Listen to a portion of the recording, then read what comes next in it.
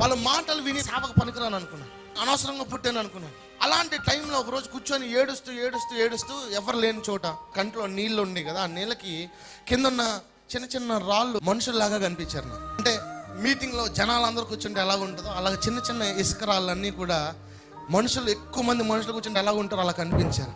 ఆ ఏడుస్తూ ఆ రోజు ఆ ఇసుకకి వాక్యం చెప్పాను. ఎందుకో తెలుసా? సొంత వాళ్ళు, ఇంట్లో వాళ్ళు, బయట వాళ్ళు, చర్చిలో వాళ్ళు మాటలు విని ఇంకా నేను ఎప్పటికీ సేవకుడిని అవ్వలేనేమో, ఇంకా ఎప్పటికీ సేవకి పనికిరానేమోనని నమ్మి బాధపడి ఇసుకకి ప్రసంగం చేశాను.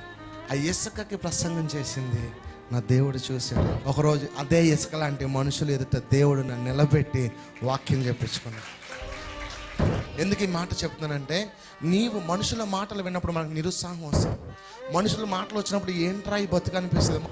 ఎప్పుడు కూడా మనిషి మాటలు విని ఏదో అవ్వాలి అని మాత్రం అనుకోవద్దు. మనుషులను ఆశ్రయించడం కంటే మనుషుల నోట ఎప్పుడు మంచి రాదు. చాలా తక్కువ మంది మంచి మాట్లాడతారు. సో మనుషుల మాటలు వినొద్దు, వాళ్ళ మాటల యందు లక్ష్యం ఉంచొద్దు. హల్లెలూయా.